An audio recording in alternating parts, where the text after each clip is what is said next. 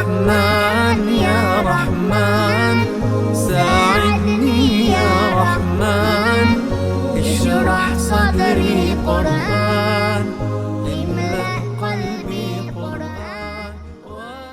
Assalamualaikum warahmatullahi wabarakatuh. Alhamdulillah rabbil alamin. Assalatu wassalamu ala asyrafil anbiya'i wal mursalin wa ala alihi wa sahbihi wa barik wa sallim ajma'in. La hawla wa la quwwata illa billahil aliyyil azim. Rabbi shrah li sadri wa yassir li amri wa hlul 'uqdatam min lisani yafqahu qawli. Alhamdulillah, Allah Subhanahu wa taala masih memberi kita kesempatan untuk bertemu tatap muka dalam majelis yang mulia ini dalam rangka menjemput malam Lailatul Qadar. Maka sarannya kalau kita ingin membangun kebiasaan baru, mulai dengan yang kecil, tapi kemudian koneksinya tetap sama. Ya, ahabul amal ila Allah. Jadi amal yang paling dicintai oleh Allah itu adalah adwamuha, yang dawam walaupun kecil.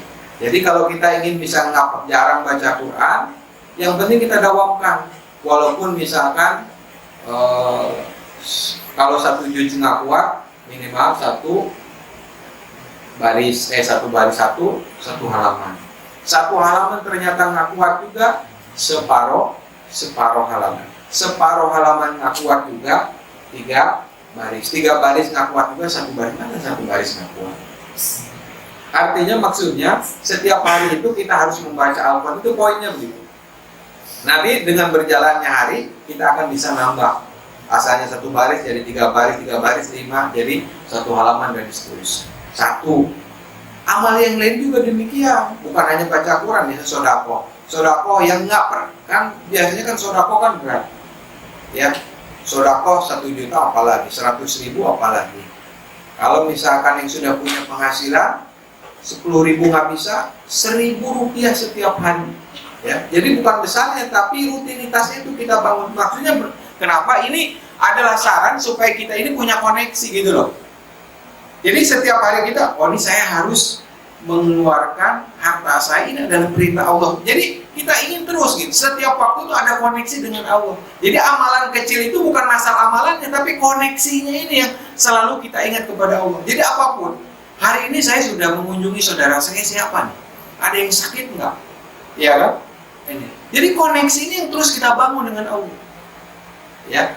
Nah, kalau ini sudah kita bangun dari yang kecil, maka insya Allah yang besar itu akan demikian mudah kita lakukan. Jadi di dalam surat Al-A'raf, ya, Inna rahmatallah qaribun minal muhsinin. Jadi sesungguhnya rahmat Allah ini sangat dekat dengan orang yang berbuat baik. Di malam Ramadan Nabi itu tadarus Al-Quran bersama siapa? Bersama malaikat jin. Karena bulan Ramadan bulan diturunkannya Al-Quran, bulan yang sangat istimewa. Al-Quran itu petunjuk Nabi setiap malam. Jadi memang yang terbaik ya untuk tadarus Al-Quran itu di malam ya Ramadan. Di malam, bukan di siang atau di pagi hari, ya di malam, ya. Nah di sini dikatakan oleh Imam Bukhari, Rasul menjelaskan, Iqra'ul Quran, bacalah Al-Quran, fa'malu bihi. Setelah dibaca, terus diberitahu untuk amalkan. Ini satu paket, ya. Bapak ibu soimin wasoimat, kalau bapak ibu beli paket cuma beli, tapi kemudian paketnya itu nggak dipakai, kira-kira gimana? Ya, nggak ada artinya. Atau beli obat, setelah dicek, dikasih dokter itu resep itu, ya, dibeli obatnya dibeli, setelah dibeli diapakan? Cuma dibaca, obat mencret, corona, covid, setelah dibaca diapakan? Ya, ditaruh di bantal. Ini kata Rasulullah, Iqra Al-Quran, baca Al-Quran, ya, fa'malubi. Amalkan Al-Quran itu. Jadi memang tergantung orang yang masih berbahagia. Kadang-kadang umumnya nih, kalau bicara umumnya, kalau ada pencuri ketangkap ketahuan, pasti bakal digebukin dia masanya. Itu udah umum tuh, ya. Itulah konsekuensi. Satu lagi contoh ya, Mak. Saya mau nanya sama semua deh, ya. Yang namanya berzina boleh nggak ya masanya? Yang laki-laki sama ini, main perempuan boleh nggak? Main perempuan nggak boleh. Main laki-laki apalagi itu. Makanya kalau ada LGBT jamaah itu orang-orang aneh semua tuh, ya. Saya ingin menyampaikan sebuah kisah yang terjadi. Ternyata ini betul jamaah. Kalau pencuri ini dilarang udah ketahuan tuh, ya.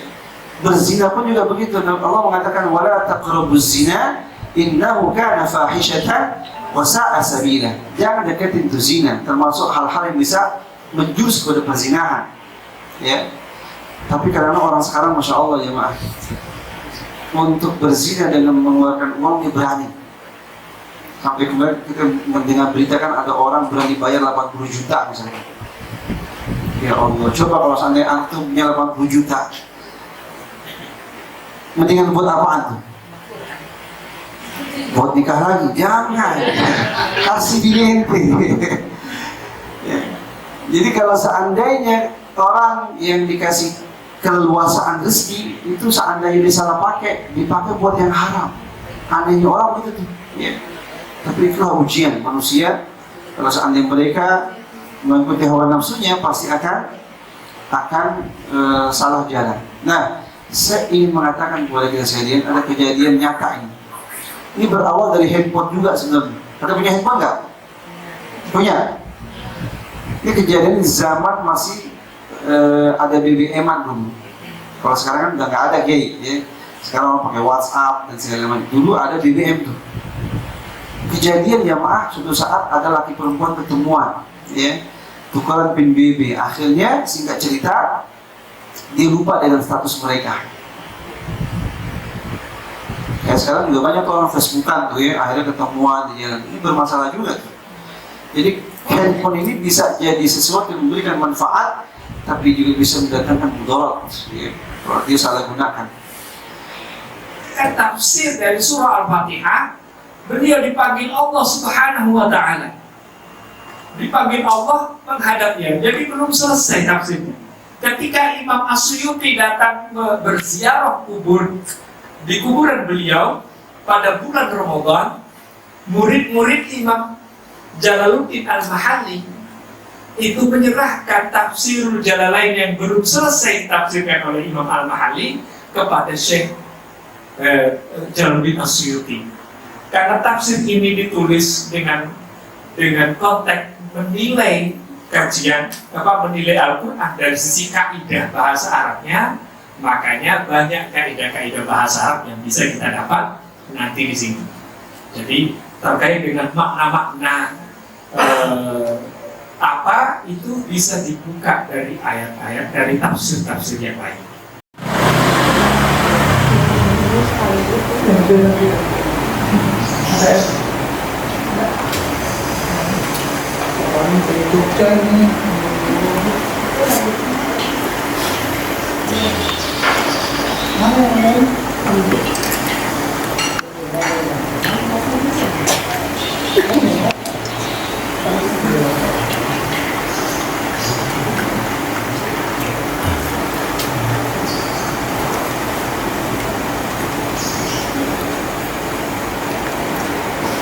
Pagi udah langsung ke teh aja Pak.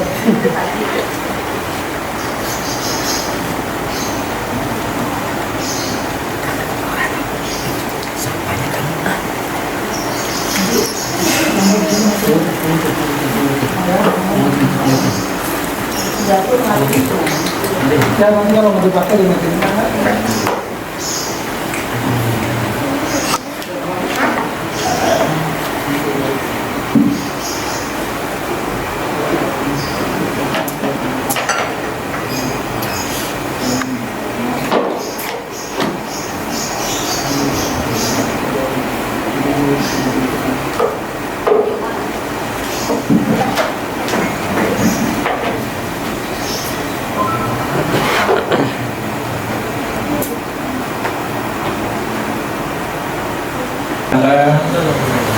masih memberi kita kesempatan. Masih kuat kan? Kuat. Insya Allah. Kalau masih mengingat petuah guru saya Al-Alim Karim Syekh Abdurrahman Abu Dali rahimahullah, beliau dulu pernah kami tanya tentang Lailatul Qadar. Beliau berkata, kalau bulan Sya'ban 30 hari, maka kemungkinan besar Lailatul Qadar itu jatuhnya pada malam-malam genap. Kenapa? Karena harinya Ramadan ganjil 29. Nabi bersabda, inna yauma Sya'ban wa Ramadana hakada itu 6 kali. Kemudian Nabi bersabda, perawi melanjutkan bahwa Rasulullah membengkokkan jari kelingkingnya pada ketika dia mengangkat ke-6. Jadi sekitar 59 hari. Kemudian diakhiri hadis itu, wa in humma alaikum, jika pandangan kalian terhalang, fa'akmilu iddata Sya'ban, maka genapkanlah hitungan Sya'ban itu sahasi 30 hari.